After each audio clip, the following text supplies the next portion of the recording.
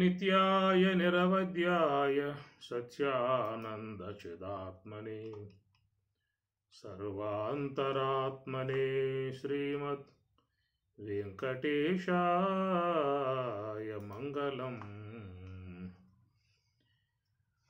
దూరేణ హ్యవరం కర్మ బుద్ధియోగాత్ ధనంజయ బుద్ధౌ శరణం అన్విచ్ఛ కృపణాః ఫలహేతవః. కృపణులు ఫలహేతువుగా కలిగి ఉన్నటువంటి వారిని కృపణులు అని చెప్పనే మాటగా చెప్తున్న అంశాన్ని నిన్న మనం కృపణులంటే ఎవరు, ఎలా ఉంటారు, వారి స్వభావాలు ఏమిటి అనే అంశం మీద చర్చించుకోవడం జరిగింది.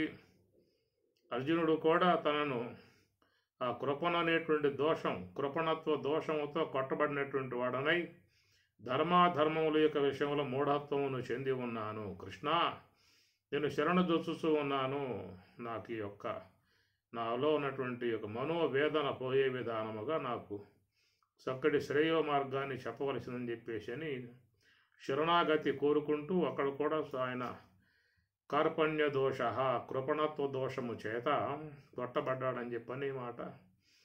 దాని యాజ్ఞవల్కి చెప్పినటువంటి యొక్క అంశాన్ని యహా వా ఏతత్ అక్షరం గర్గి అవిదత్వాత్ తస్మాత్ లోకాత్ ప్రీతి సహ కృపణ అని యాజ్ఞవల్కి బృహదారణ్యకంలో చెప్పినటువంటి యొక్క అంశాన్ని మనం జ్ఞాపకం చేసుకున్నాము.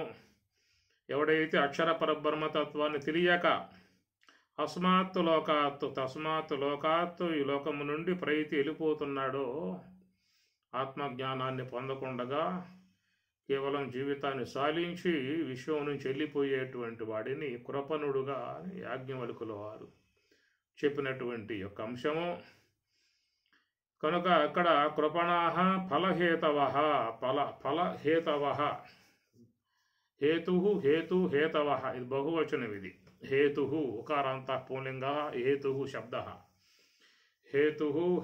హేతవః అనగా ఫలములే హేతువుగా కలిగి ఉన్నటువంటి వారిని కృపణాః, కృపణులు, ఇది బహువచనమే. కృపణాః కృపణులుగా ఉన్నటువంటి లోకంలో ఎంతోమంది ఉన్నారు. ఒక్కడు కాదు, ఇద్దరు కాదు, ఎంతోమంది ఉన్నారు. కాబట్టి పరమాత్మ ఇక్కడ కృపణాః అని బహువచనంలో చెప్పుకొస్తూ ఉన్నారు. ఫలహేతవః, ఫలములే హేతువుగా కలిగి ఉన్నటువంటి వారు. కనుక ఇలాంటి వారు లోకంలో ఎక్కువ మంది ఉన్నారు. తక్కువ మంది ఎవరున్నారని చెప్పనే మాటకి బుద్ధౌ శరణం అన్వీక్ష. అర్జున, నీ ఉన్నదే బుద్ధౌ, బుద్ధినే శరణం అన్వీక్ష, కోరుకొనుమో, బుద్ధినే శరణు వేడు అని పరమాత్మ చెబుతూ ఉన్నాడు. రాబోయే శ్లోకంలో కూడా ఇదే మాట ఇక్కడ చెప్పు రాబోతున్నాడు.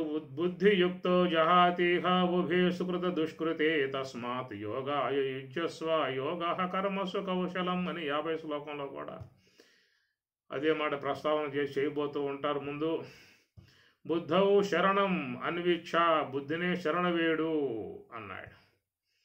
మీరు గమనిస్తే భగవద్గీత దాన్ని చరమ శ్లోకం అని చెప్పని అంటారు. అనగా భగవద్గీత అనేటువంటిది షడ్లింగాత్మికము, గుర్తుపెట్టుకోండి.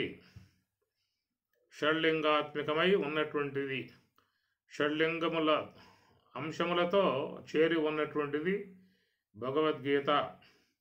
దాని ఉపక్రమోపసంహార ఏకత అని చెప్పని అంటారు. మొదటి లింగం ఉపక్రమోపసంహార ఏకత, అభ్యాసము, ఫలము, అపూర్వత, అర్ధాపత్తి, ఉపపత్తి, ఈ విధముగా 6 లింగములతో చేరి ఉన్నటువంటిది భగవద్గీత. షడ్లింగాత్మికముగా బోధిస్తారు. స్వామివారు కూడా స్వరాజ్య భగవద్గీతలో ముందుగా ఈ షడ్లింగముల యొక్క అంశములు తెలియజేసిన తర్వాతనే మీకు భగవద్గీత వ్యాఖ్యానం రాయటం కూడా జరిగింది. ఆ ప్రకారంగా ఇక్కడ ఇది కూడా ఉపక్రమోపసంహార ఏకతలో చేరి ఉన్నటువంటిది ఈ చరమ శ్లోకంగా ఉన్నటువంటిది. దాంట్లో కూడా పరమాత్మ అక్కడ మాం ఏకం శరణం వ్రజ అన్నాడు. అక్కడ ఇక్కడేమో బుద్ధవు శరణము అన్వీక్ష, బుద్ధినే శరణు వేడు అని ఇక్కడ చెప్పగా, చరమ శ్లోకంలో స్వామివారు మరి మాం ఏకం శరణం వ్రజ, నన్ను శరణ వేడినట్లయితే సర్వపాపేభ్య, సమస్త పాపముల నుండి మోక్షయిష్యామి, నీకు మోక్షాన్ని ప్రసాదిస్తున్నాను అని స్వామి చెప్పారు. మరి బుద్ధౌ శరణం అన్విక్ష, బుద్ధిని శరణ వేడు అన్నదానికి మాం ఏకం శరణం వ్రజ, నన్ను శరణ వేడున్నదానికి అన్న తేడా ఉన్నదా అని చెప్పానంటే దాదాపుగా రెండు కూడా ఒకే అంశంలో చేరి ఉన్నటువంటి యొక్క విధానము. ఎందుకంటే బుద్ధౌ, బుద్ధినే శరణ వేడు అని చెప్పానంటే ఈ బుద్ధి అనేటువంటిది ఇది జ్ఞానయోగం, విజ్ఞానయోగం.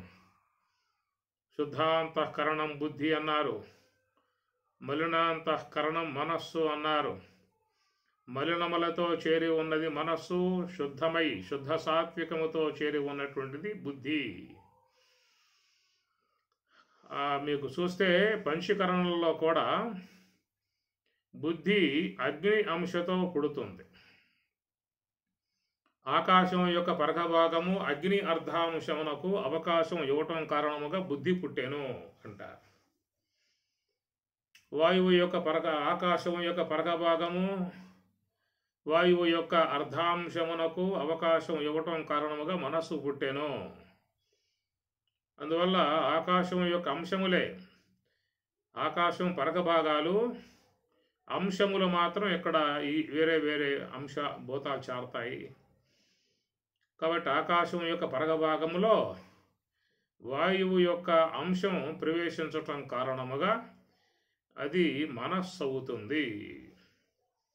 గమనించాల్సిన అంశము. కదలని ఆకాశాంశము కదిలిడి పవనమును జేరి గద మనసయ్యన్ అన్నారు. కదలని ఆకాశాంశము కదిలిడి పవనమును జేరి గద మనసయ్యన్. అందువల్ల మనస్సు ఎందువల్ల చలనంగా ఉంటుందయ్యా అని చెప్పనంటే దాంట్లో వాయువాంశం చేరింది కాబట్టి మనస్సు నిలకడగా ఉండదు. యత్ సంచరతి సవాయు అన్నారు శరీరగోపనిషత్తులో. యత్ సంచరతి సవాయు, ఏది సంచార విధానంగా ఉంటుందో సహవాయు అదే వాయువు అన్నారు. ఈ సంచారం, కదలటం, పరుగులు తీయటం ఇది వాయువులో ఉన్నటువంటి స్వాభావిక లక్షణం. అది వాయువు ఒక చాట ఉండదు, ఎప్పుడు గమనం చేస్తూ పోతూ ఉంటుంది. ఆ ప్రకారముగా వాయువు యొక్క అంశతో మనస్సు అనేది ఆవిర్భావం అయింది కాబట్టి అది ఎప్పుడు కదలికలతోనే ఉంటుంది మనస్సు. ఆ కదలికలుగా ఉన్నటువంటి మనస్సుకి లోన ఉన్నటువంటి మలదోషం అనేటువంటి తోడవుతుంది. ఈ మలదోషం తోడు కావటం వల్ల దానికి విక్షేప ఆవరణములు అనేటువంటి వ్యాధి, రెండు వ్యాధులు పెట్టాయి.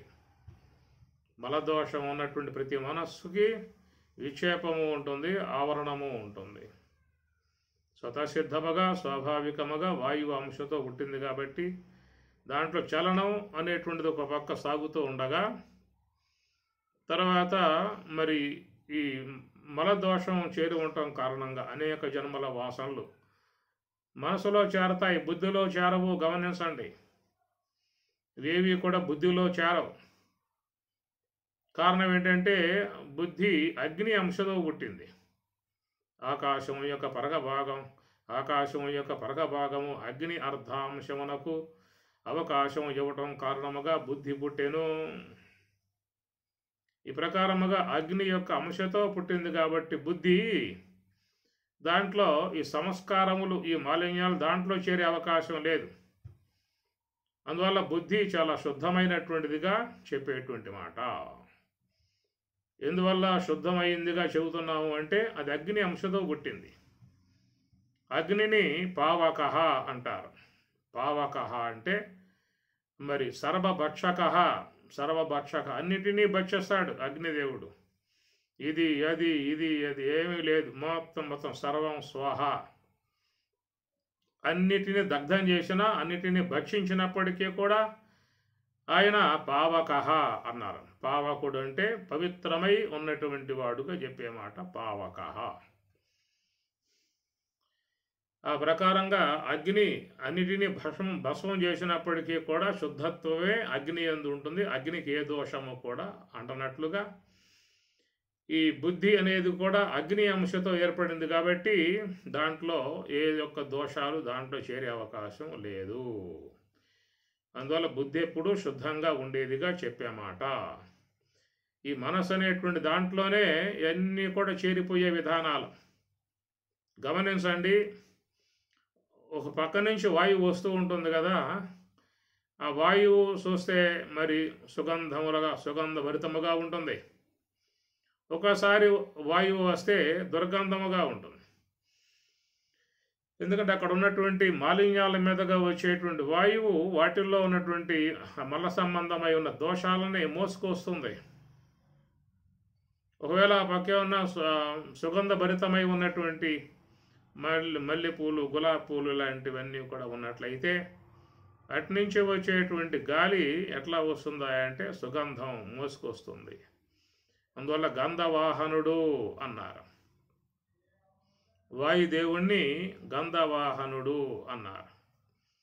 అగ్నిదేవుణ్ణి హవ్యవాహనుడు అన్నారు. హవ్యములు మోసుకుపోయేవాడు అగ్ని అయితే గంధములు మోసుకొచ్చేటువంటి అతడు వాయుదేవుడు అని చెప్పేసి అని. కనుక దేవతలను ఉద్దేశించి మహాత్ములందరూ కూడా మహర్షులు, ఋషులు, అనేక మంది రాజులు, గృహస్థులు అందరూ కూడా ఆయా దేవతలని ఉద్దేశించి వేదమంత్రోచ్చారణ చేస్తూ దాంట్లో హవిస్సులు అన్నీ కూడా సమర్పించడం కారణముగా వాటిని మోసుకుపోయి ఆయా దేవతలకు అందించేవాడుగా ఉండటం కారణంగా ఆయన పవిత్రత అనే విధానంగా చెప్తారు. ఇక వాయువు యొక్క విషయం చూసినట్లయితే ఇది అడ్డంగా ఇస్తూ ఉంటుంది. నిలువుగా పోయేది అగ్ని, ఊర్ధ్వంగా పోయేది అగ్ని, అడ్డదిడ్డంగా పోయేది వాయువు అన్నమాట. కాబట్టి వాయువుని గంధవాహన అన్నారు.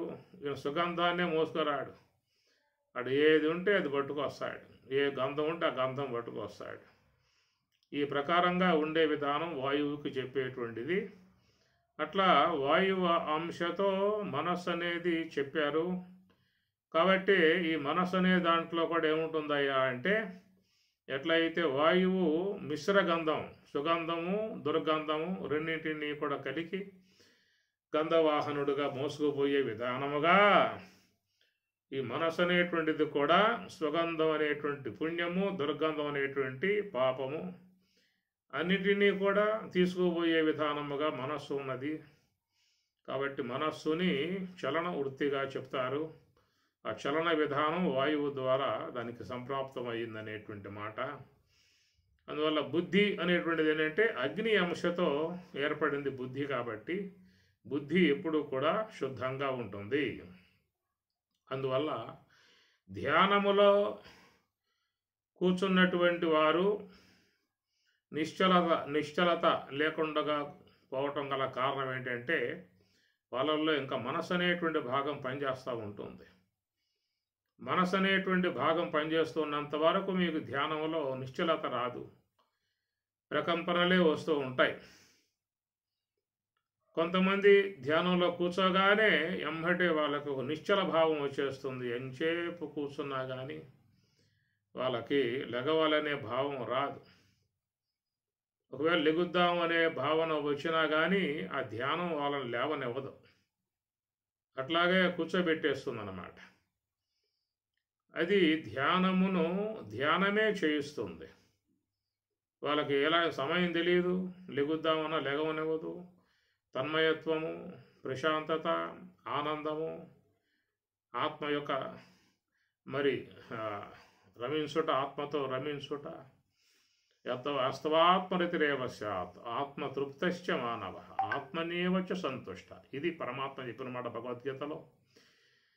యస్తవాత్మరితిరేవ స్యాత్ ఆత్మతో రమిస్తూ ఉన్నాడు, ఆత్మతృప్తశ్చ దాని తృప్తి కలిగి ఉన్నాడు, ఆత్మ సంతుష్ట ఆత్మతోనే అక్కడ సంతోషాన్ని పొందుతూ ఉన్నాడు. ఇవన్నీ ఎప్పుడు వస్తాయి అంటే నీలో శుద్ధాంతఃకరణమగు బుద్ధి అంశము ఎవరిలో అయితే శేషిస్తుందో వాళ్లకు ఏర్పడేటువంటివి ఇవన్నీ కూడా లోన ఉన్నటువంటి ఆత్మ యొక్క లక్షణాలను పునికి పుచ్చుకునే విధానం, అందిపుచ్చుకునే విధానం బుద్ధికి మాత్రమే ఉంటుంది. కాబట్టి బుద్ధి యొక్క తత్వం ఎవరైతే పొంది ఉంటారో ధ్యానములో, వాళ్ళు నిశ్చలముగా ధ్యానములో ఉండటమే కాకుండా ఆత్మ సంతృప్తి, ఆత్మతృప్తి, ఆత్మరతి ఇవన్నీ కూడా ఆ బుద్ధి ద్వారా కలుగుతాయి. కాబట్టి వాళ్ళు ఎంతసేపు కూర్చున్నా కానీ టైం తెలియదు, అట్లాగే ఉండిపోతారు. అది ఒక గొప్ప స్థితి, చాలా బ్రహ్మాండమైనటువంటి ఒక ఆనందాన్ని పొందింపజేసే స్థితి. అది లభ్యమైనటువంటి వారికి మాత్రమే ప్రాప్తించే విధానం అన్నమాట. కాబట్టి ఏంటంటే ఈ ధ్యానం చేసేటువంటి వాళ్ళు కూడా 2, 3 కలిసి కూర్చోవద్దు. అలా కూర్చుంటే ఇబ్బందులు వచ్చి పడతాయి.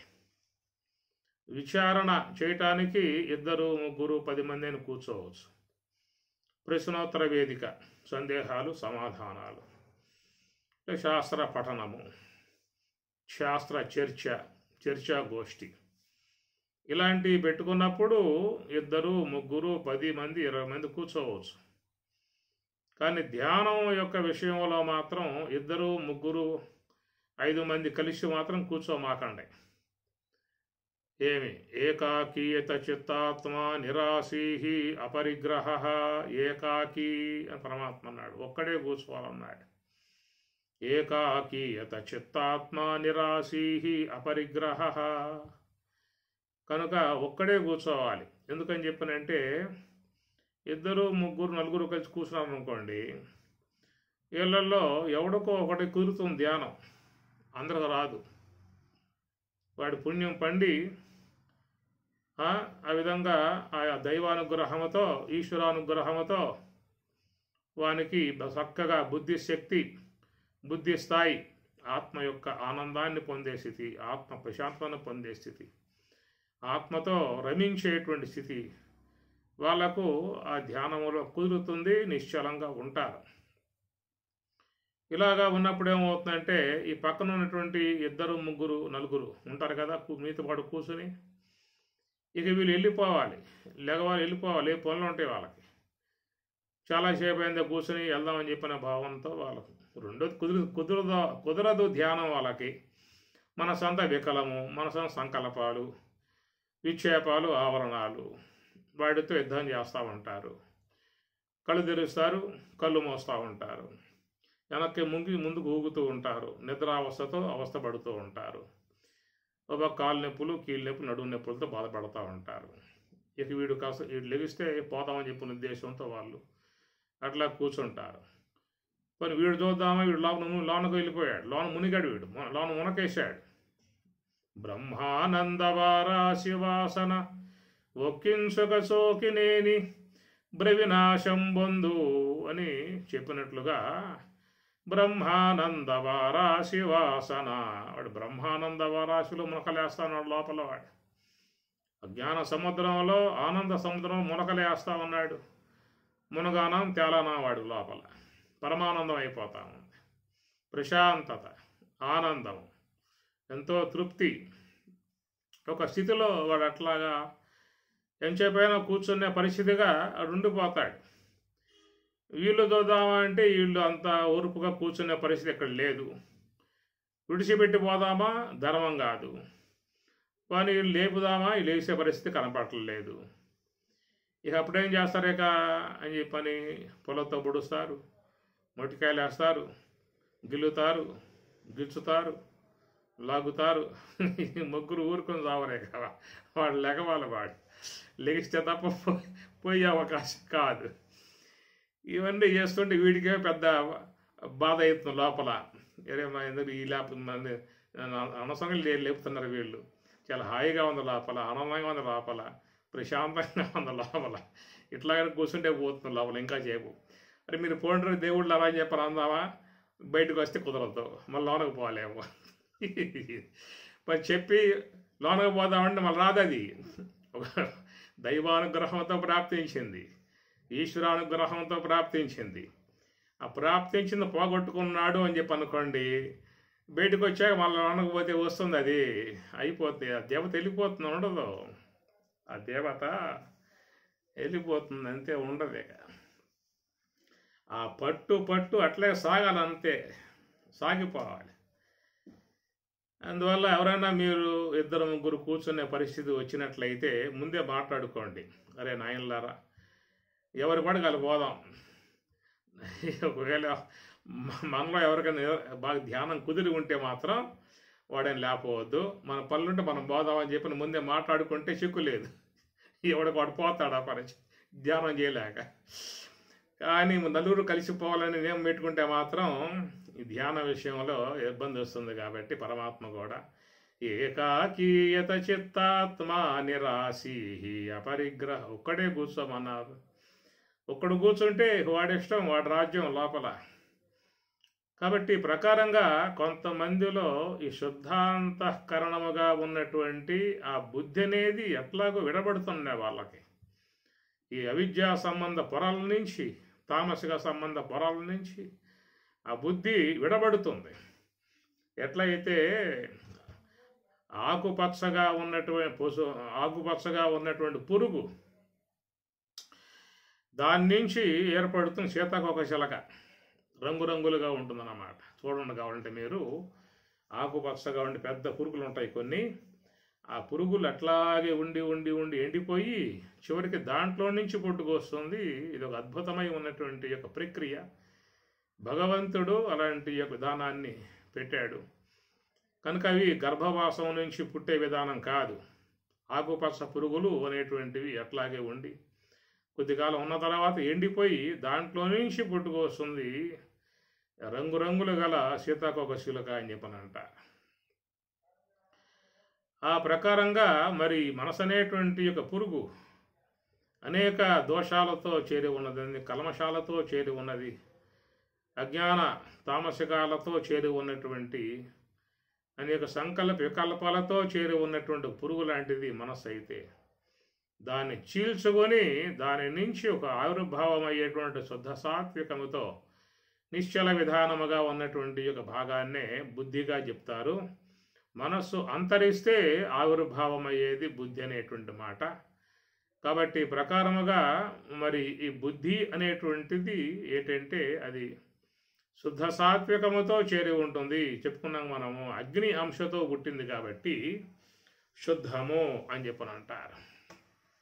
అది అగ్ని గుండం నుంచి కొన్ని పుడతాయని చెప్పి అంటూ ఉంటారు కదా, అట్లాగా ఈ అగ్ని అంశతో పుట్టినటువంటిది భాగం కాబట్టి ఈ బుద్ధి అనేటువంటి యొక్క అంశం నీకు శేషించాలని చెప్పానంటే, ఎవరైతే మనస్సుని హంసతో చేర్చి ధ్యానములో ఉంటారో ఆ ధ్యానములో ఉన్నటువంటి వారికి ఒక పరిపక్వ స్థితి ఏర్పడ్డప్పుడు అక్కడ మీకు బుద్ధి అనేటువంటిది ఆవిర్భావం అవుతుంది.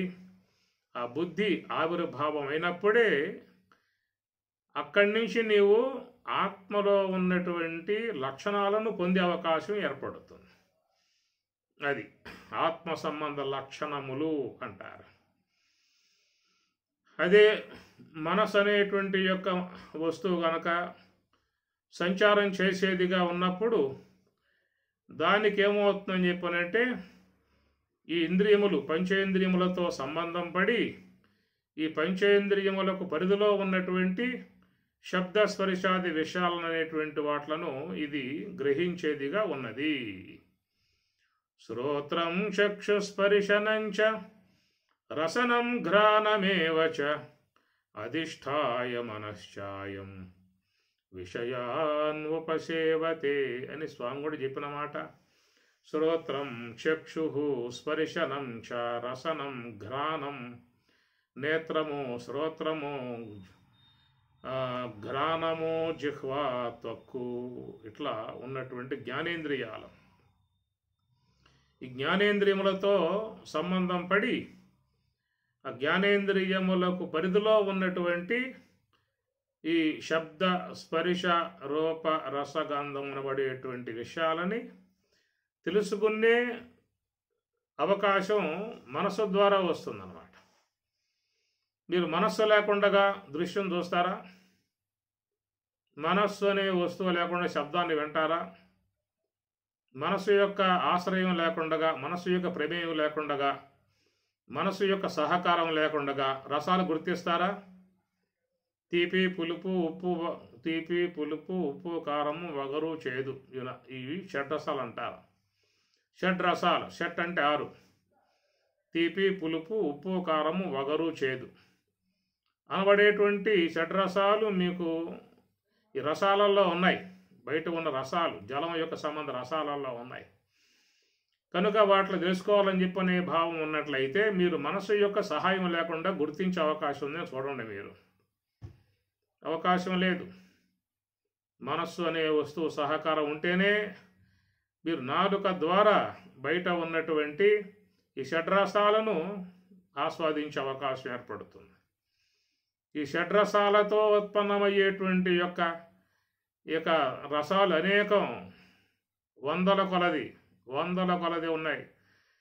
రుచులు, అనేక రుచులు పుడతాయి. ఈ షడ్రసాలతోనే అమ్మగారులు అన్నిటినీ కూడా ఉత్పన్నం చేస్తారు. రకరకాలైనటువంటి రుచులు ఉత్పన్నం చేస్తారు. వాళ్ళు మహా ప్రావీణ్యత కలిగి ఉన్నటువంటి వారు. ఎట్లయితే మేము భగవద్గీత శాస్త్రాల్లో మేము అంత ప్రావీణ్యత మాకైతే ఉన్నదో, మాది పరమాత్మ శాస్త్రం అయితే వాళ్ళ పాకశాస్త్రం.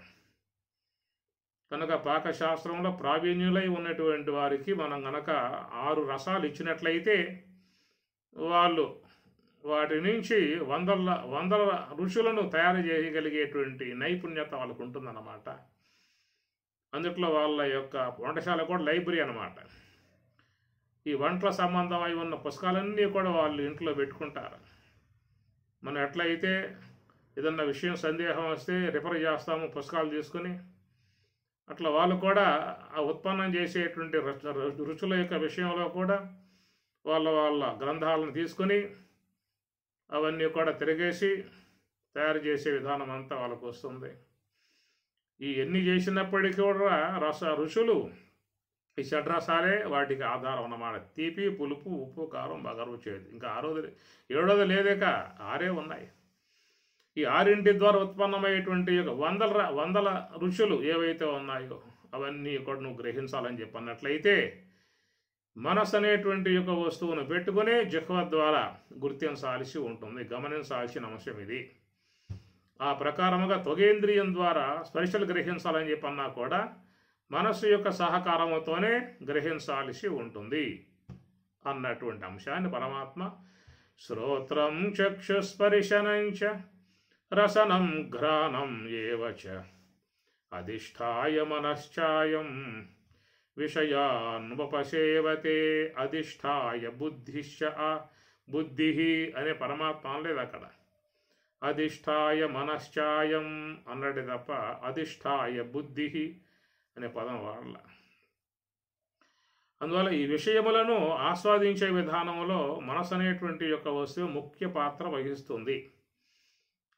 కాబట్టి ఈ పంచేంద్రియములతో సంబంధం కలిగి, మరి ఆ పంచేంద్రియములతో సంబంధం కలిగి ఈ పంచభూతాలలో ఉన్నటువంటి గుణాలు ఏవైతే ఉన్నాయో, ఆకాశంలో శబ్దము, వాయువులో స్పర్శ, అగ్నిలో రూపము, జలములో రసము, పృథివిలో గంధము.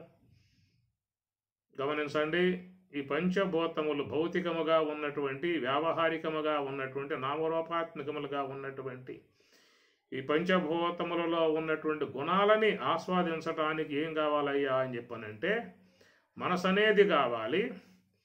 ఆ మనస్సు కూడా ఇంద్రియముల సహకారముతోనే ఈ పంచభూతములలో ఉన్నటువంటి గుణాలని తెలుసుకోగలుగుతుంది అన్న విషయాన్ని గుర్తుపెట్టుకోండి. అదే ప్రకారముగా మరి ఇది వ్యావహారికం చెప్పుకున్నాం. రెండవది పారమార్థికం, బ్రహ్మం. బ్రహ్మములు ఏమున్నాయా? ఆనందం ఆనందం ఆనందం ఆనందం ఆనందో బ్రహ్మేతి విజానాత్ ఆనందాత్ ఏవ ఖలు యమాని భూతాని జాయంతే ఆనందేన జాతాని జీవంతి ఆనందం ప్రయంతి అభిషం విశంతీతి తద్బ్రహ్మ. కనుక ఆనందం అనబడేది కానీ, సుఖం అనేది కానీ, దుఃఖమాగంతుకంబైతోచుచుండు సుఖము స్వాభావికము నాకు సూరివర్య ఆంజనేయ. దుఃఖమాగంతుకంబై, దుఃఖం బయట నుంచి వస్తుందిరా. సుఖము స్వాభావికము నాకు, సుఖము నా యొక్క స్వరూప లక్షణం అన్నాడు. కనుక ఆత్మ యొక్క లక్షణం సుఖం. ఏమి అత్యంత సుఖమస్నుతే, అత్యంతం సుఖమస్నుతే, గీతల పదాలు వస్తూ ఉంటాయి. యుంజన్నేవం సదాత్మానం యోగి విగత కల్మషః సుఖేన బ్రహ్మ సంస్పర్శం అత్యంతం సుఖం అశ్నుతే. అత్యంతం మిక్కుటమై ఉన్నటువంటి యొక్క సుఖమట లభిస్తుందట వారికి ఆ ధ్యానములో. యుంజన్నేవం సదా ఆత్మానం యోగి విగత కల్మషః, యోగి విగత పోగొట్టబడ్డట్టు కల్మషములు పోగొట్టుకొని ఆ ధ్యానములో ఉన్నట్లయితే అట వాళ్ళకి అత్యంతం సుఖం అశ్నుతే, సుఖం లభిస్తుంది, ఆనందం లభిస్తుంది. పరమశాంతి అనగ బ్రహ్మమనగా అని అంద భారతం. శాంతాకారం భుజగశయనం, భగవంతుడు ఎట్లా ఉంటాడు అని చెప్పనంటే శాంతాకారం, శాంతమే ఆయన యొక్క ఆకారం. యోగి హృద్యానగమ్యం, యోగులు తన హృదయంలో ఉన్నటువంటి ఆ శాంతమును ధ్యానగమ్యం, ధ్యానము ద్వారా గుర్తిస్తున్నారు అన్నారు. ఈ ప్రకారంగా మరి పారమార్థికమై ఉన్నటువంటి బ్రహ్మములో ఉన్నటువంటి ఏమి చెప్పుకున్నాం, సుఖము, శాంతము, ఆనందము, ఇవి ఈ వ్యావహారికంలో లేవా అని చెప్పానంటే వ్యావహారికంలో ఉన్నాయి, వ్యావహారికంలో ఉంటాయి. ఏమున్నాయి వ్యావహారిక వస్తువులు అంటే పంచభూతాలనే వ్యావహారిక వస్తువులు అంటారు. ఎందుకు వ్యావహారికం అన్నాం? అవి వ్యవహార యోగ్యంగా ఉన్నాయి, వ్యవహారంగా వాడుకుంటూ ఉన్నాం మనం. వ్యవహారం చేయాలంటే నీకు పంచభూతాలే కావాలి. పంటలు పండించుకోవాలంటే భూమి కావాలి. అనేక మొక్కలు పెట్టుకుంటూ ఉన్నావు, మామిడి మొక్క పెట్టావు, సపోటా మొక్క పెట్టావు, దానిమ్మ మొక్క పెట్టావు, జామ మొక్క పెట్టావు, పైరు వేసుకున్నావు, పంటలు వేసుకున్నావు, అనేకం వేసుకుంటున్నావు. అంటే నీ వ్యవహారానికి, నీ జీవనానికి అది కారణమై ఉన్నది పృథివీ. ఆ భూమి మీద ఇల్లు కట్టుకుంటూ ఉన్నావు, భూమి మీద నివాసం చేస్తూ ఉన్నావు, ఆ భూమితోనే చక్కగా వ్యవహారం చేసుకుంటూ ఉన్నావు. వ్యవహారం కలిగి ఉన్నటువంటిది వస్తువు నీ భూమి. అటనే జలముతో అనేక వ్యవహారాలు చేసుకుంటూ ఉన్నావు. పాత్రలు దోముకుంటూ ఉన్నావు, వస్త్రాలు కడుక్కుంటూ ఉన్నావు, దేహాన్ని శుద్ధం చేసుకుంటూ ఉన్నావు, పావనం చేసుకుంటూ ఉన్నావు, అగ్ని ద్వారా వంట చేసుకుంటూ ఉన్నావు, అనేక రకాల పనులు చేసుకుంటూ ఉన్నావు. వాయువుతో మంచిగా గాలి వీసుకుంటూ హాయిగా ఉంటూ ఉన్నావు. ఆకాశంలో విహరిస్తూ ఉన్నావు, అనేక కట్టుకుంటూ ఉన్నావు ఆకాశంలో. కనుక వ్యవహారానికి అనుగుణ్యముగా ఉన్నటువంటి వస్తువులు కాబట్టి వాటిని వ్యావహారిక జగత్తు అన్నారు, వ్యావహారిక విశ్వము అన్నారు. కనుక వ్యావహారికమై ఉన్నటువంటి యొక్క విశ్వములో ఏమున్నాయి అని చెప్పనంటే ఉన్నటువంటివి శబ్దము, స్పర్శము, రూపము, రసము, గంధము, వాటి ద్వారా పొందాల్సిందే. కనుక వాటిల్లో ఉన్నటువంటి వాటిలను పొందాలంటే నీకేం కావాలి? ఇంద్రియములు కావాలి, మనస్సు కావాలి. కేవలం మనస్సు మాత్రమే ఉందనుకోండి, నువ్వు పొందే అవకాశం లేదు. కేవలం ఇంద్రియాలు మాత్రమే ఉన్నాయనుకో, అవి కూడా నీకు లభ్యమయ్యే అవకాశాలు లేవు. ఇంద్రియములు ఉండాలి, దాంతోపాటు మనస్సు కూడా ఉండాలి.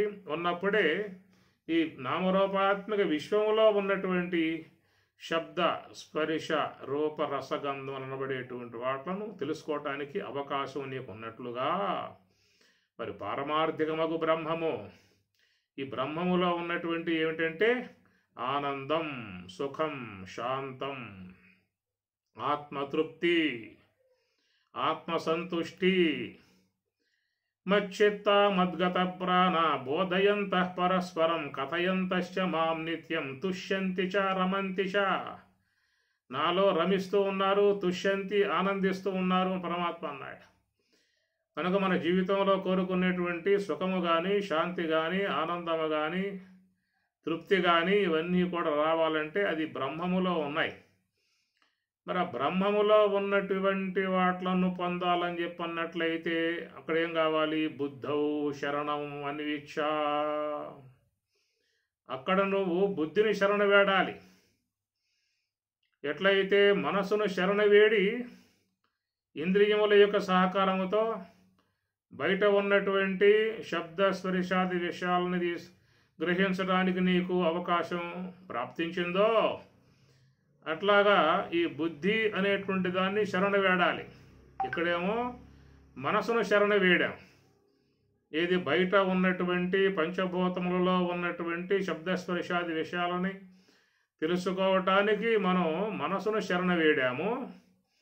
పారమార్థికముకు బ్రహ్మములో ఉన్నటువంటి యొక్క ఆనందం, పరమశాంతి, బ్రహ్మానందం అనేటువంటి వాటిని పొందాలంటే బుద్ధిని శరణ వేడాలి. ఇక్కడ ఉన్నటువంటి యొక్క విషయం ఏమిటంటే మనసును శరణ వేడి ఇంద్రియాల సహకారముతో బయట ఉన్న విషయాలు పొందాం. అట్లనే బుద్ధిని శరణ వేడి హంస యొక్క శ్వాస యొక్క సోహము యొక్క సహకారముతో పారమార్థికముకు బ్రహ్మమును గుర్తించాల్సి ఉంటుంది. ఆ బ్రహ్మములో ఉన్నటువంటి ఆనందాదులను పొందాల్సి ఉంటుంది. ఇది సహేతుకమై ఉన్నటువంటి యొక్క అంశము. మనసు పెట్టి చూసేటువంటి వాడికి మాత్రమే ఇవన్నీ కూడా గోచరించే అవకాశం ఉంటుంది తప్ప విశ్లేషణ లేకుండా, అవగాహన లేకుండా, ప్రశ్నలు లేకుండా ఉన్నటువంటి గోచరించే అవకాశం ఉండదు. కాబట్టి ఇక్కడ భగవంతుడు బుద్ధవు శరణం అన్వీక్ష ఎందుకంటూ ఉన్నాడు? ఇక్కడ మనసౌ శరణం అన్వీక్ష అనొసగా మనసః శరణం అన్వీక్ష అనొచ్చు కదా. కాబట్టి మనస్సును శరణ పొందేమన్నా మనం చెప్పేదేముంది? ఇంకా మనస్సును శరణ పొందకుండా లోకం ఎవరున్నారు చెప్పండి? ఉదయం లేచిన కానీ పడుకోబోయేదాకా మనకున్న శరణం, మనస్సు యొక్క శరణం, దాని శరణ వేడే ఈ బయట ఉన్నటువంటి పంచభూతాలలో ఉన్నటువంటి శబ్దాలు వింటూ ఉన్నాం, స్పర్శలు గ్రహిస్తూ ఉన్నాం, దృశ్యాలు చూస్తూ ఉన్నాం, గంధ రసాలని ఆస్వాదిస్తూ ఉన్నాం, గంధములను ఆస్వాదిస్తూ ఉన్నాం. ఇది రోజువారీగా అందరూ కూడా ఎవరిని శరణు వేడారు అనేది చూసినట్లయితే మనసును శరణు వేడారు. మనసును శరణ వేడటం వల్ల ఏమైంది? ఇక్కడ ఆ మనసు అనేది పంచేంద్రియాలతో సంబంధం పడే వస్తువు కాబట్టి పంచేంద్రియములతో సంబంధం పడి ఆ పంచేంద్రియాలకు సమీపములో ఉన్నటువంటి శబ్ద స్పర్శాది విషయాలను మాత్రమే మనం ఆస్వాదించేటువంటి వాళ్ళముగా ఉన్నామే కానీ జీవితంలో మనం కోరుకునేటువంటి పరమశాంతిని, ఆనందాన్ని, తృప్తిని పొందేటువంటి అవకాశాలు కనపడటం లేదు. అందరూ జీవితంలో అపేక్షిస్తూ ఉన్నారు. అందరికీ కూడా ఇవే కావాలి. అందరూ అపేక్షించింది వీటిని. ఆనందాన్ని అపేక్షిస్తూ ఉన్నారు, సుఖాన్ని అపేక్షిస్తూ ఉన్నారు, పరమశాంతిని అపేక్షిస్తూ ఉన్నారు. ఇవన్నీ ఎక్కడున్నాయ్యా అనే మాట చూసినట్లయితే అవి బ్రహ్మములో ఉన్నాయి. ఆనందం బ్రహ్మేతి విజానాత్, శాంతాకారం భుజగ శయనం, సుఖం ఆత్యంతికం. కాబట్టి ప్రకారంగా అది ఆత్మ యొక్క స్వరూపములో చేరి ఉన్నటువంటివి, వాటిని లక్షణాలు అన్నారు. ఈ పంచభూతాలలో చేరి ఉన్నటువంటి వాట్లనేమో గుణములు అన్నారు. పంచభూతములలో చేరి ఉన్నటువంటి శబ్ద స్పర్శ రూప రసగంధములను లక్షణములుగా చెప్పారు, ఇవి గుణములుగా చెప్పారు. బ్రహ్మములో ఉన్నటువంటి సుఖము, శాంతి, ఆనందం అనబడేటువంటి వాటను గుణములు అని చెప్పి అనలేదు, అవి లక్షణములు అన్నారు, ఆత్మ లక్షణములు అన్నారు. కాబట్టి ప్రకారంగా మరి పరమార్థమై ఉన్నటువంటి బ్రహ్మములో చేరి ఉన్నటువంటి వాటిని కానీ, వ్యవహారమునందు ఉన్నటువంటి పంచభూతములలో చేరి ఉన్నటువంటి యొక్క శబ్దాది విషయములు కానీ, మరి వీటి యందు అపేక్ష ఎవరికైతే ఉన్నదో వాళ్ళు మరి విషయాలు పొందింపబడేటువంటి ఉద్దేశం ఉన్నటువంటి వారు మనసును శరణ వేడాలి. లేదా పరమశాంతి, ఆనందము, బ్రహ్మానందము కోరి ఉన్నటువంటి వారేమో బుద్ధిని శరణ వేడాలి. కనుక బుద్ధిని శరణ వేడితే అవి లభించే అవకాశం ఉన్నది. కానీ మనం ఏం చేశాము అంటే మనసును శరణ వేడాము, బుద్ధి ద్వారా ప్రాప్తించేటువంటి వాట్లను మనం ఇక్కడ అపేక్షిస్తూ ఉన్నాం. మనసును శరణ వేడి మనసు ద్వారా ఇంద్రియాలను ఆశ్రయించి ఇంద్రియాల ద్వారా విషయాల్లోకి పోయి ఆనందాన్ని ఎతికితే, సుఖాన్ని ఎతికితే, పరమశాంతిని ఎతికితే ఎట్లా లభ్యమయ్యే అవకాశం ఉంటుంది. కాబట్టి అందరూ కూడా విసికి వేసారి విశ్రమిస్తున్నారే తప్ప అవి జీవితంలో వాటిని ప్రాప్తింపజేసుకునే అవకాశాలు మాత్రం కలగటం లేదు. ఇది గమనించాల్సిన అంశము. బుద్ధౌ శరణం అన్విచ్ఛ. పరమాత్మ 18వ అధ్యాయంలో చర్మ శ్లోకంగా చెప్పేటువంటి దాంట్లో కూడా శరణం అనే పదాన్ని అక్కడ కూడా వాడతాడు.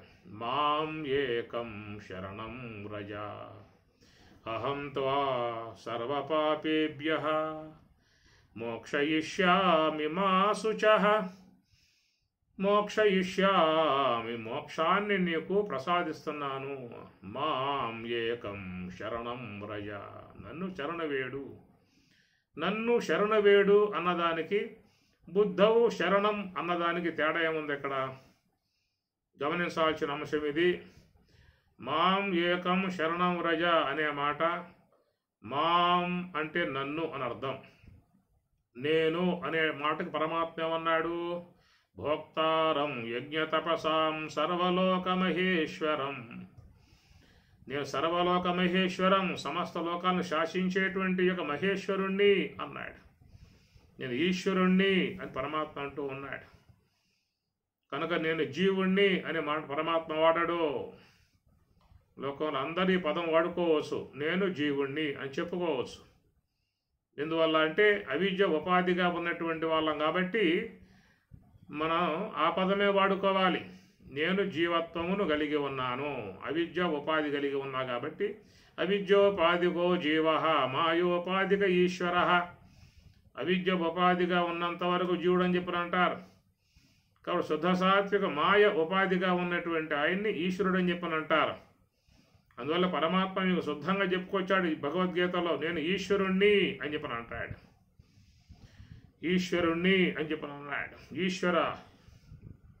ఈశ్వర అంటాడు.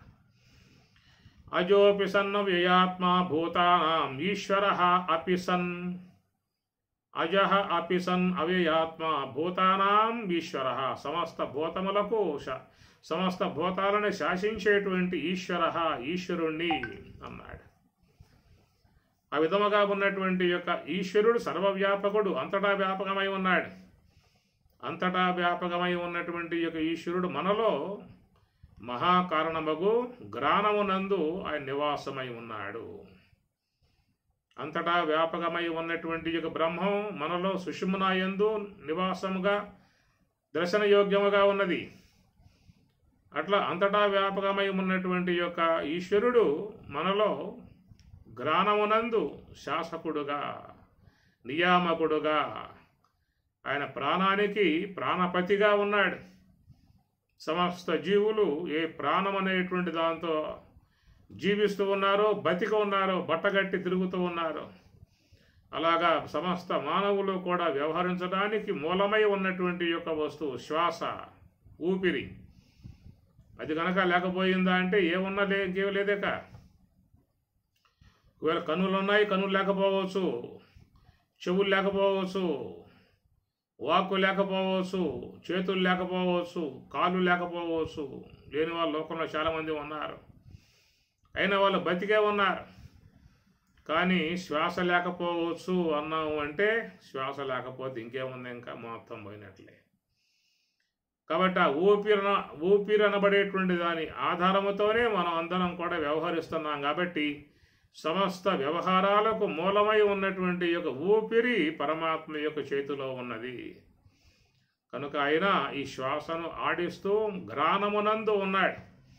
ఆ గ్రాణమునందు ఉన్నటువంటి అనగా శ్వాసకు అధిష్టానముగా ఉన్నటువంటి, సోహానికి హంసకు అధిష్టానముగా ఉన్నటువంటి ఈ ప్రాణమును శాసించినటువంటి యొక్క ప్రాణపతిగా ఉన్నటువంటి ఈశ్వరుడు కనుక ఆయన ఉన్న స్థలము నివాస స్థలము గ్రాణ స్థలము అన్నారు. కాబట్టి ఆ గ్రాణమునందు ఉన్నటువంటి ఈశ్వరుడు కనుక పరమాత్మ ఏమన్నాడు, మాం ఏకం శరణం అన్నాడు. అంటే ఏమర్థమైంది ఇక్కడ మనకి? ఏ యొక్క గ్రాణమునందు ప్రాణమునకు ప్రాణపతిగా సర్వేశ్వరుడు నివాసంగా కూటస్థుడుగా ఉన్నాడో అట్టి ఆ మహాకారణమునందు ఉన్నటువంటి ఈశ్వరుణ్ణి హంస యొక్క ఆశ్రయం ద్వారా శరణ వేడాలి. సర్వేశ్వరుణ్ణి శరణ వేడినట్లయితే సమస్త పాపములను పోగొడతాడని గారు. సూక్ష్మ దేహంలో ఉన్నటువంటి సమస్త కల్మషాలని జ్ఞానాగ్ని ద్వారా కాల్చివేయడం జరుగుతుంది. కాబట్టి ఈ ప్రకారంగా సర్వపాపేభ్య మోక్షయిష్యామి అన్నాడు. ఎప్పుడైతే దోషాలు మొత్తం పోయాయో అటివారు జీవత్వము నుండి విడబడి బ్రహ్మత్వమును పొందుతున్నాడు. జీవో బ్రహ్మైవ నాపరహ, జీవుడు బ్రహ్మమైపోతూ ఉన్నాడు. తత్వమసి, త్వం నీవు, తత్వ బ్రహ్మము అసి అయిపోయావు. కాబట్టి ఈ ప్రకారముగా ఈ మహాకారణముగా ఉన్నటువంటి హంస సంచారం కలిగి ఉన్నటువంటి స్థలమునందే సర్వేశ్వరుడు ఉన్నాడు.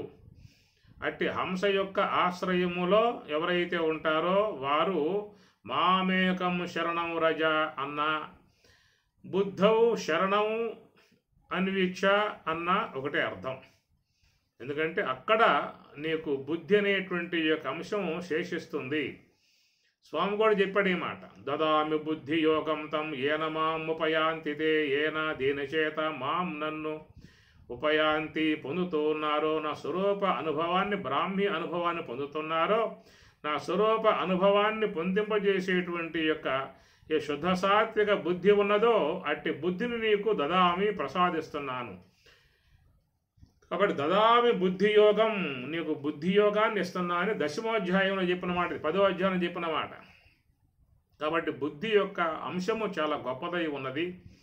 ఆ బుద్ధి అనేటువంటి అంశం ఆవిర్భావం అయినటువంటి వారు మాత్రమే బ్రహ్మములో ఉన్నటువంటి లక్షణములను పొందే అవకాశం వాళ్లకు మాత్రమే ఏర్పడుతుంది. కేవలం మనం ఎంత శాస్త్రాన్ని అధ్యయనం చేసినప్పటికీ కూడా శాస్త్ర సంబంధమై ఉన్నటువంటి యొక్క జ్ఞానం ఉదయిస్తుందే కానీ స్వరూపములో ఉన్నటువంటి యొక్క లక్షణములను పొందే అవకాశం మాత్రం కుదరదు.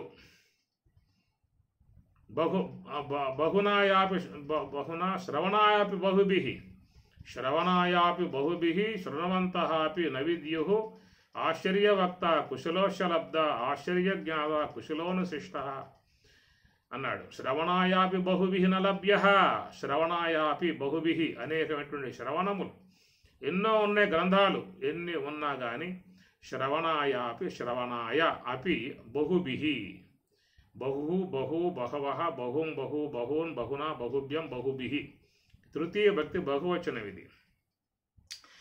బహుభిః అనేకమైనటువంటి వాట్లను మనం బహుభిః శ్రవణం చేసినప్పటికీ కూడా నలభ్యః, ఆ స్వరూపములో ఉన్నటువంటి ఆనందం కానీ పరమశాంతి కానీ పరమ సుఖము కానీ నీకు నలభ్యః లభ్యము కావు. అవి రావాలంటే ఏం చేయాలి మనం? బుద్ధౌ శరణము. గొప్ప విషయం ఇది. ఇప్పుడు చెప్పుకున్న అంశం మీకు అర్థమై ఉంటుంది అనుకుంటాను. 2 వస్తువులు చెప్పుకొచ్చాను. వ్యావహారిక వస్తువు ఒకటి, పారమార్థిక వస్తువు ఒకటి చెప్పుకొచ్చాను. వ్యావహారిక వస్తువు అంటే పంచభూతములుగా మనం తెలుసుకున్నాము. ఈ పంచభూతములలో ఉన్నటువంటివి గుణాలు అని చెప్పి అనుకున్నాము. అటనే పారమార్థికం అంటే బ్రహ్మం అని చెప్పుకున్నాము. అంటే ఆ బ్రహ్మములో ఉన్నటువంటివి పరమశాంతి, ఆనందము, సుఖము అని చెప్పుకున్నాము. కనుక ఆ బ్రహ్మములో ఉన్నటువంటివి పొందాలని చెప్పి అన్నట్లయితే శుద్ధ సాత్వికమై ఉన్నటువంటి యొక్క బుద్ధిని శరణ వేడాలి పరమాత్మ అన్నాడు ఇక్కడ. ఆ శుద్ధ సాత్విక బుద్ధి నీకు రావాలని చెప్పి అన్నట్లయితే నీవు హంస యొక్క ఆశ్రయంలో కూర్చోవలసి ఉంటుంది. హంస యొక్క ఆశ్రయంలో కూర్చున్నటువంటి వారికి మాత్రమే నివృత్తి మార్గం అనేటువంటి ఒక అంశం ఏర్పడుతుంది. నివృత్తి మార్గము అనబడేటువంటి యొక్క అంశం నీకు రావాలని చెప్పి అన్నట్లయితే హంస యొక్క ఆశ్రయంలో మాత్రమే ఉండాలి. అసలు నివృత్తి అనేటువంటి మాటకు అర్థం ఏమిటి? ప్రవృత్తి నివృత్తి అని రెండు పదాలు. ప్రవృత్తించ నివృత్తించ భగవద్గీత చెప్పిన మాట. కాబట్టి ప్రవృత్తి అనేటువంటి అన్నప్పుడు ప్రవృత్తి అనేటువంటి మాటకి పతంజలి మహర్షి అంశం తీసుకోవాలి. ప్రమాణ విపర్యయ వికల్ప నిద్ర స్మృతి పంచవృత్తయ ఇవి కలిగి ఉన్నటువంటి విధానమే ప్రవృత్తి అని చెప్పి అన్నారు. ఈ పంచవృత్తులలో కూడా మనం ప్రధానంగా మనకు అర్థమయ్యే లెవెల్లో తీసుకున్నట్లయితే 3 వృత్తులు. ఏమిటా 3 అని చెప్పనంటే ప్రమాణ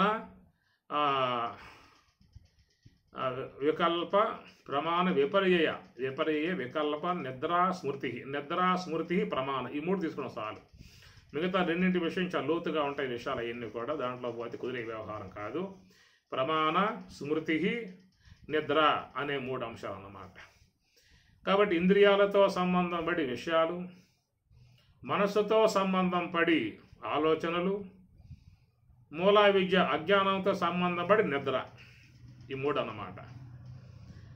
మనకు ఇంద్రియాలతో స్థూల దేహంతో సంబంధం పడేమో శబ్దాది విషయాలు, మనస్సు అనే దాంతో సంబంధం పడి సంబంధమైన వాసనలతో సంబంధం పడి ఆలోచనలు, మూలా విద్యకు అజ్ఞానంతో సంబంధం పడి నిద్ర. ఇవి చెప్పింది ఆయన. ప్రమాణ స్మృతి నిద్ర 3 చెప్పుకున్నట్లయితే. కాబట్టి ఈ 3 కూడా ప్రవృత్తి సంబంధము. ఈ 3 లేకుండా ఉండాలని చెప్పి అన్నట్లయితే హంసతో ఉంటే నీకు ఈ 3 ఉండవు. హంసతో నిశ్చలముగా ఉన్నవానికి ఆలోచన ఉండదు. ఇంద్రియములతో సంబంధం లేవు కాబట్టి విషయాలతో కూడా సంబంధం ఉండదు. అజ్ఞానం అక్కడ లేదు కాబట్టి అజ్ఞానంతో సంబంధం లేదు కాబట్టి నిద్ర కూడా వచ్చే అవకాశం ఉండదు. ఈ నిద్రావృత్తి, ఆలోచన వృత్తి, విషయ వృత్తి ఈ 3 లేకుండా ఉన్న దానినే నివృత్తి అంతర్ముఖము అంటారు. అది హంస ద్వారానే సాధ్యమవుతుంది. హంస ఆశ్రయం ఉన్న వాళ్ళకే అవి సాధ్యమయ్యే అవకాశం ఉంటుంది. కాబట్టి ఈ ప్రకారంగా మన యొక్క అంతఃకరణాన్ని మరి ఆ హంసతో చేర్చినప్పుడు ఎప్పుడైతే బుద్ధి యొక్క అంశం ఆవిర్భావం అవుతుందో, బుద్ధి శక్తి పెరుగుతుందో, శుద్ధ సాత్విక స్థితి ఏర్పడుతుందో, అట్టి ఆ బుద్ధి కలిగి ఉన్నటువంటి వారు మాత్రమే బ్రహ్మములో ఉన్నటువంటి బ్రహ్మము యొక్క స్వరూప లక్షణాలు, ఆనందము, శాంతి, సుఖము పొందే అవకాశం వాళ్ళకు మాత్రమే ఉంటుందనే మాటకి బుద్ధౌ శరణం అన్విక్ష అన్నాడు. కృపణాః ఫలహేతవః. ఇక చూస్తే మిగతా వాళ్ళు ఏం చేస్తున్నారయ్యా అని చెప్పానంటే కృపణాః కృపణులు, ఫలహేతవః ఫలములే హేతువులుగా కలిగి ఉన్నారు. ఫలములే హేతువుగా కలిగి ఉన్నారు. ఏమిటా ఫలములు అని చెప్పానంటే వీటిని ఫల వ్యాప్తి అని చెప్పని అన్నారు. ఫల వ్యాప్తి అని చెప్పానంటే పంచేంద్రియముల గుండగా బయటికి పోయి శబ్ద స్పర్శ రూప రసగంధాది విషయాలని ఆస్వాదించే విధానాన్ని దీన్ని ఫల వ్యాప్తి అని చెప్పని అంటారు. మీకు ఈ విషయాలు స్వామివారు అనుభవామృతారణవం అనే గ్రంథములో చక్కగా చెప్తారు. ఫల వ్యాప్తి, వృత్తి వ్యాప్తిని ఇట్లాగా పదాలు వాడి చెప్పుకొస్తారు. దీన్నే ఫల వ్యాప్తి అని చెప్పని అంటారు. అనాశ్రిత కర్మ ఫలం, రాబోయే అధ్యాయాల్లో కూడా స్వాంగరి పదాలు వాడతారు. అనాశ్రిత కర్మ ఫలం, ఫలం ఆశ్రయించమాక, కర్మ ఫలాన్ని ఆశ్రయించమాక అని చెప్పని అంటారు. కృపణాః ఫలహేతవః అని చెప్పనంటే గమనించాల్సిన అంశం ఎక్కడ, బుద్ధౌ శరణం అన్విక్ష అనే విధానముగా హంస యొక్క ఆశ్రయంలో ఉండి శుద్ధ బుద్ధిని వాళ్ళు పొంది ఆ శుద్ధ బుద్ధి ద్వారా బ్రహ్మములో ఉన్నటువంటి లక్షణములను ఆస్వాదిస్తూ వాళ్ళు పరమశాంతిగా లోపల ఉన్నారు.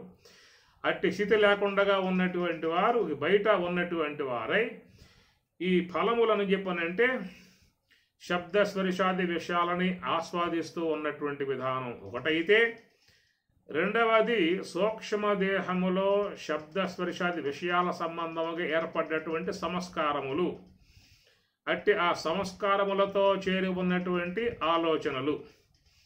కనుక లోకములో అందరూ కూడా చేస్తున్న పనేమిటయ్యా అని చెప్పనంటే మనస్సు యొక్క సంబంధమై ఉన్న ఆలోచన పరంపర వ్యవహారములనన్నా ఉంటారు, లేదా ఇంద్రియాలతో సంబంధం పడి ఇంద్రియ సంబంధమై ఉన్నటువంటి విషయాలన్నా ఆస్వాదిస్తూ ఉన్నారు. ఈ రెండు పనులే. ఎవరైతే శ్వాస యొక్క ఆశ్రయం లేకుండా, నివృత్తి మార్గం లేకుండా వ్యవహారమునందు మునిగి ఉన్నారో వాళ్ళకు ఉన్నటువంటి యొక్క యావగేషన్ ఏమిటయ్యా అని చెప్పానంటే ఈ రెండే. ఇంద్రియముల పరిధిలో ఉన్నటువంటి విషయాలని ఆస్వాదించడం అనే అంశం ఒకటైతే, మనస్సులో చేరి ఉన్నటువంటి సంస్కారముల యొక్క ఆశ్రయం ద్వారా ఆలోచనలు అనబడేటువంటి వాటితో సంబంధం పడటం. ఈ రెండూ కాకుండా లోక వ్యవహారం జాగ్రత్త అవస్థలో ఉన్నటువంటి వారు మరొకటేమో చూడండి. ఏమన్నా ఉంటే ఇంద్రియములతో సంబంధం పడి విషయాలన్నా ఉంటాయి, లేదా అంటే మనసుతో సంబంధం పడి ఆలోచనలన్నా ఉంటాయి. ఈ ప్రకారముగా ఉన్నటువంటి విధానం కలిగి ఉన్నటువంటి యొక్క వారిని కృపణాహ అన్నారు ఇక్కడ. ఇదే మాట మీకు చూస్తే అర్జునుడు కూడా కార్పణ్య దోష అపహత స్వభావ అని గారు ఒప్పుకున్నాడు. కార్పణ్య దోష కృపణత్వ దోషం, కృపణత్వ సంబంధమే కార్పణ్యం అంటారు. ఆ కృపణత్వ దోషముతో నా యొక్క బుద్ధి కొట్టబడింది, ధర్మాధర్మ విషయాలలో నేను మూఢుడనయ్యాను, స్వామి నిన్ను శరణబేడుతూ ఉన్నాను. ఎత్త శ్రేయ, నాకు ఏ యొక్క శ్రేయస్సు మోక్ష మార్గమై ఉన్నదో, పారమార్థిక బ్రహ్మానుభవాన్ని పొందే అవకాశం ఉన్నదో నాకు ఆ మార్గాన్ని తెలియజేయండి, శరణం వేడుతూ ఉన్నాను.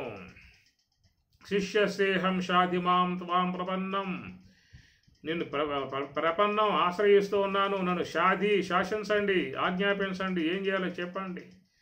నాకు ఈ కృపణత్వం వద్దు, నాకు ఈ విషయాలు వద్దు, నాకు ఈ ఆలోచనలు వద్దు, నాకు ఈ శబ్దాది విషయాలు వద్దు. ఎత్తు శ్రేయ, ఏ మార్గంలో పోతే నాకు శ్రేయస్సు మోక్షం లభిస్తుందో, బ్రహ్మానందాన్ని పొందగలుగుతాను, నాకు ఆ మార్గాన్ని బోధించమని చెప్పని ఆ కృపణత్వపు లక్షణము నుంచి బయటపడటానికి ఆయన గారు పరమాత్మను శరణు వేడాడు. కాబట్టి పరమాత్మ ఇక్కడ కృపణాహ ఫలహేతవ, లోకములో అందరూ కూడా ఈ మార్గమును అవలంబించి ఉన్నారే తప్ప బుద్ధౌ శరణం అన్వీక్ష, వారి జీవితంలో సకల మానవులు జీవితంలో కోరుకునేటువంటి బ్రహ్మము యొక్క ఆనందం కానీ, బ్రహ్మము యొక్క పరమశాంతి కానీ, బ్రహ్మము యొక్క సుఖము కానీ దాన్ని పొందటానికి విధానమై ఉన్నటువంటి బుద్ధిని శరణ వేడటం లేదు.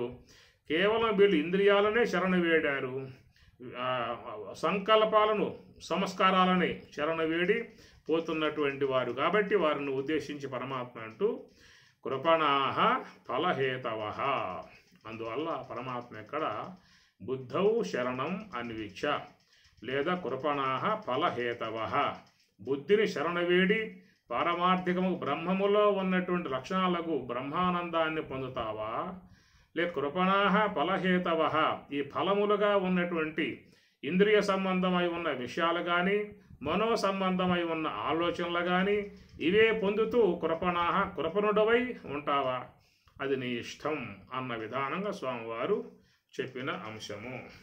ఓం సహనా భవతు సహనౌ భునక్తు సహ వీర్యం కరవావహై తేజస్వినావధీతమస్తు మా విద్విషావహై. ఓం శాంతి శాంతి శాంతి. హరి ఓం తత్సతు. శ్రీ గురుభ్యో నమః. హరి ఓం.